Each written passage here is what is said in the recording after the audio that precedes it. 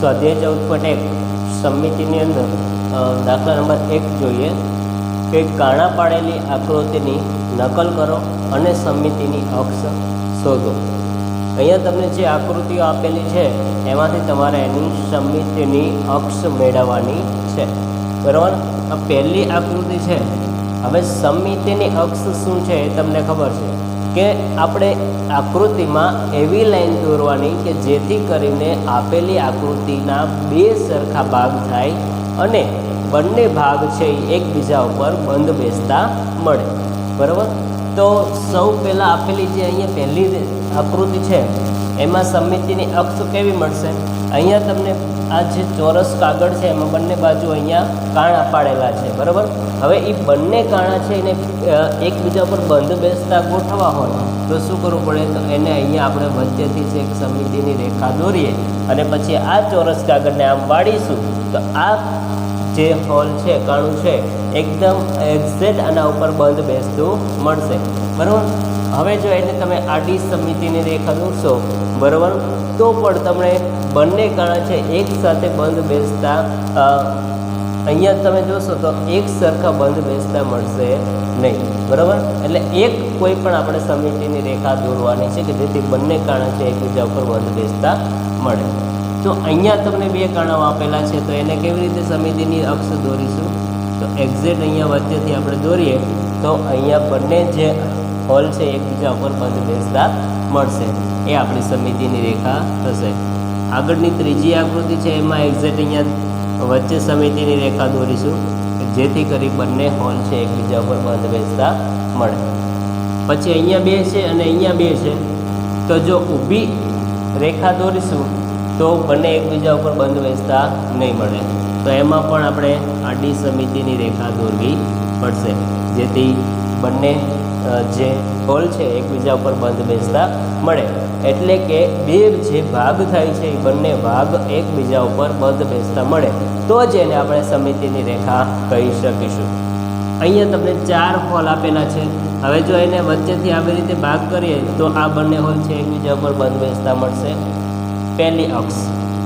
બીજી તમે આવી રીતે એને વાળી દેશો કાગળને તો પણ આ બંને હોલ છે નીચે બંધ બેસતા મળશે। એવી રીતે અહીંયાથી તમે ત્રાસી લાઈન દોરશો તો પણ આ બંને હોલ છે એકબીજા ઉપર બંધ બેસતા મળશે। એવી રીતે અહીંયાથી પણ ત્રાસી લાઈન દોરીએ તો પણ આ બે હોલ છે એકબીજા ઉપર બંધ બેસતા મળે, બરાબર। એટલે કે આમાં તમને સમમિતિની રેખાઓ કેટલી મળશે? 4 મળશે। આગળની 6થા નંબરની આકૃતિ છે એમાં અહીંયા હોલ છે, અહીંયા હોલ છે, એક અહીંયા વચ્ચે આપેલો છે તો ત્રણેય હોલ તો એકબીજા ઉપર બંધ બેસતા નહીં મળે। તો જો તમે અહીંયા આડી સમમિતિની રેખા દોરો તો આ બે હોલ છે એને તમે વાળશો, જ્યારે કાગળને તમે વાળો છો તો એ બંને હોલ ક્યાં જતા રહેશે? ઉપર। પણ ઉપર તો કોઈ હોલ આપેલા છે નહીં, એટલે કે એના સાથે બંધ બેસતા મળશે નહીં। તો એના માટે આપણે સમમિતિની રેખા કેવી દોરવી પડશે? ઊભી દોરીએ તો આ હોલ છે એ આ હોલ આના ઉપર બંધ બેસતો મળશે।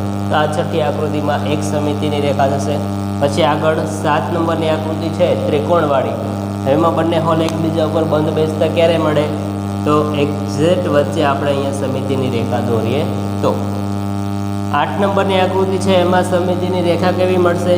તો કે અહીંયા આપણે આડી સમમિતિની રેખા દોરીએ તો બંને હોલ છે એકબીજા ઉપર બંધ બેસતા મળે।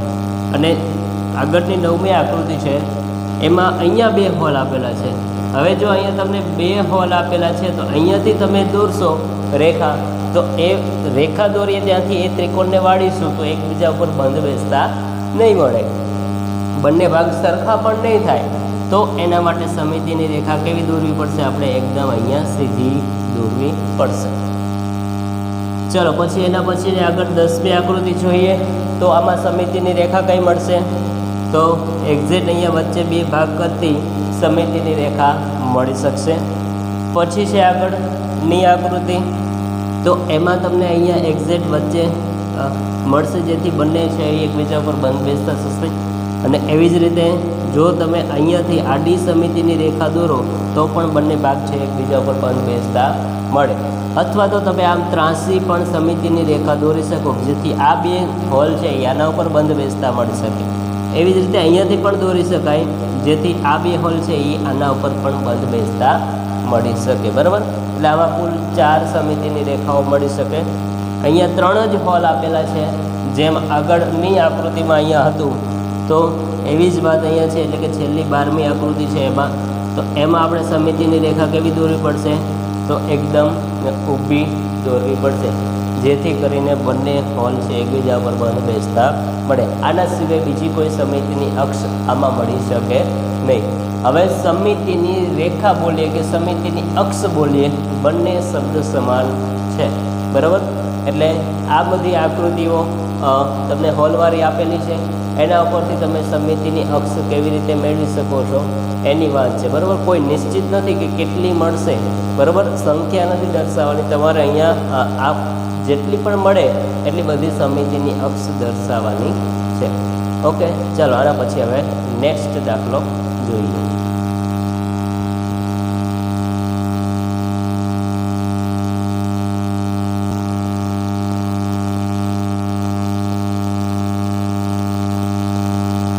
દાખલા નંબર 2 ની અંદર સમિતિની રેખા દ્વારા બાકીના કાણા શોધો. એટલે અહીંયા તમને સમિતિની રેખા આપેલી છે અને કાણા પણ આપેલા છે, પણ એની સામેના વિભાગમાં જે તમારી પાસે અહીંયા બાકીનો ભાગ છે એમાં તમને એ કાણું છે એ કઈ જગ્યા ઉપર જોવા મળે કે આપેલી રેખા દ્વારા એ કાણું છે એ સમિતિની અક્ષ બનાવે ખરું, બરાબર. તો અહીંયા આપણે જે આપેલી છે એ સમિતિની અક્ષ છે. તમારે માત્ર કાલ્પનિક રીતે વિચાર કરવાનો છે કે આપેલું કાણું છે જો સમિતિની અક્ષ હોય તો કઈ બાજુ હોય. તો આ ભાગને તમે પહેલી બાજુ વાળી દેશો તો તમને આ જે હોલ છે એ ક્યાં મળશે? તો એક્ઝેક્ટ અહીંયા મળશે, તો જ તમને આ સમિતિની રેખા મળી શકે, બરાબર. એવી રીતે બીજી આકૃતિ છે, એમાં અહીંયા વચ્ચે તમને સમિતિની અક્ષ આપેલી છે, નીચે કાણું આપેલું છે. હવે આ ભાગને આપણે ઉલટાવીને પહેલી બાજુ છે એ બંધ બેસાડીએ તો આ હોલ છે તમને એક્ઝેક્ટ ક્યાં મળશે? આ જગ્યા ઉપર મળશે. તો આ તમારી સમિતિની રેખા થશે, બરાબર. આ પહેલી આકૃતિ છે. બીજી ત્રીજી આકૃતિમાં ત્રિકોણ છે, અહીંયા તમને હોલ આપેલો છે. આ ભાગને આપણે પહેલી બાજુ બંધ બેસાડીએ તો આ હોલ છે એક્ઝેક્ટ ક્યાં મળે? અહીંયા મળશે. ચોથી આકૃતિની વાત કરીએ, વર્તુળ છે, અહીંયા તમને સમિતિની અક્ષ આપેલી છે, હોલ અહીંયા આપેલો છે. તો આ ભાગને આપણે આ બાજુ બંધ બેસાડીએ તો હોલ ક્યાં મળશે? સામેની સાઈડમાં. એટલે એક્ઝેક્ટ જે હોલ હશે એની એક્ઝેક્ટ સામેની સાઈડમાં તમને એ હોલ મળશે, બરાબર છે. તો હવે આ ભાગને આ બાજુ બંધ બેસાડીએ તો આ હોલ છે એક્ઝેક્ટ ક્યાં મળે? અહીંયા મળશે. અને આ હોલ છે એક્ઝેક્ટ ક્યાં મળશે? અહીંયા મળશે.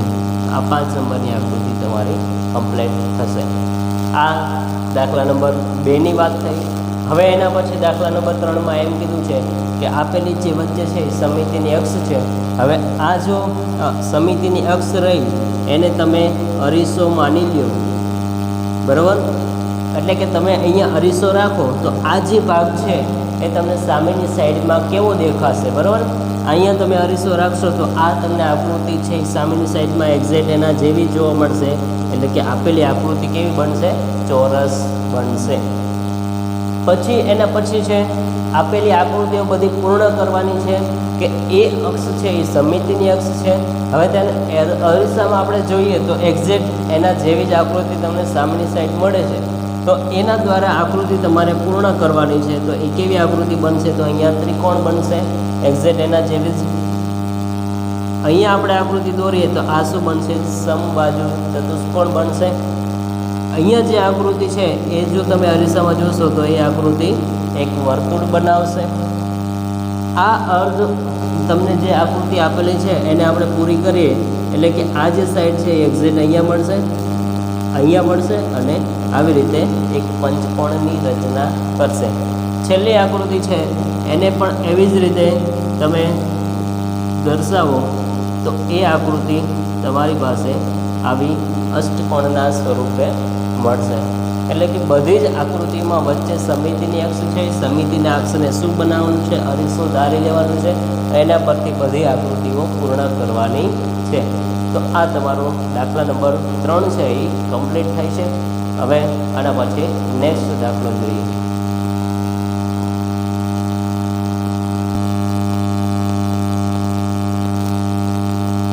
ચલો એના પછી આપણે નેક્સ્ટ દાખલો જોઈએ કે આપેલી જે આકૃતિઓ છે એ એક કરતાં વધારે સમિતિની રેખાઓ દર્શાવે છે, તો એ સમિતિની રેખાઓ મેળવો. પહેલી આકૃતિ છે એની અંદર સમિતિની કેટલી રેખાઓ મળશે, તો એને આપણે દર્શાવીએ તો એક તો ત્રિકોણ છે એટલે અહીંયાથી આમ રેખા મળશે, એક અહીંયા ઊભી રેખા મળશે અને બીજી છે એક અહીંયાથી ત્રાસી રેખા મળશે.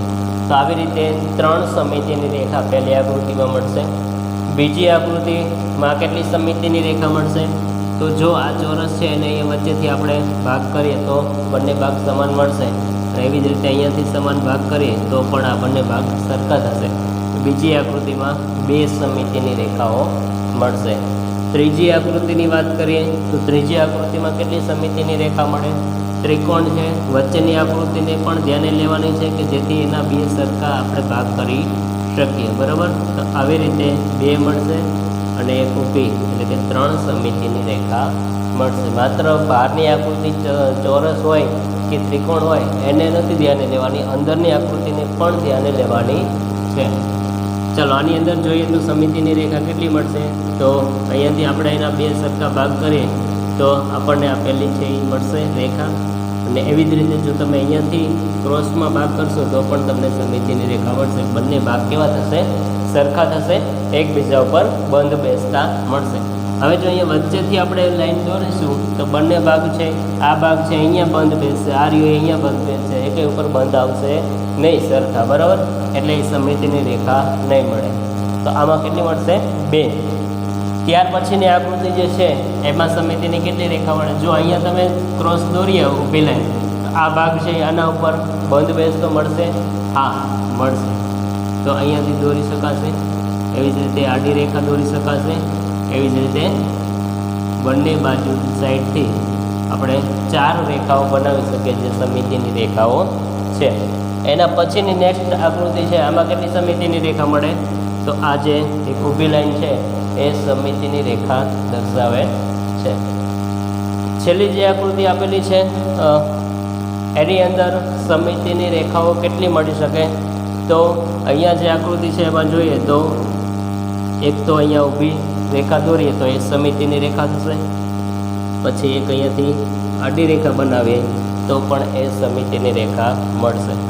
હવે એવી જ રીતે જો ક્રોસમાં અહીંયા રેખા બનાવશું તો આ રેખા એ બંને સરખા ભાગ કરશે અને બંને ભાગ છે એકબીજા ઉપર બંધ બેસતા મળે છે, એટલે કે એ સમિતિની રેખા દર્શાવે છે.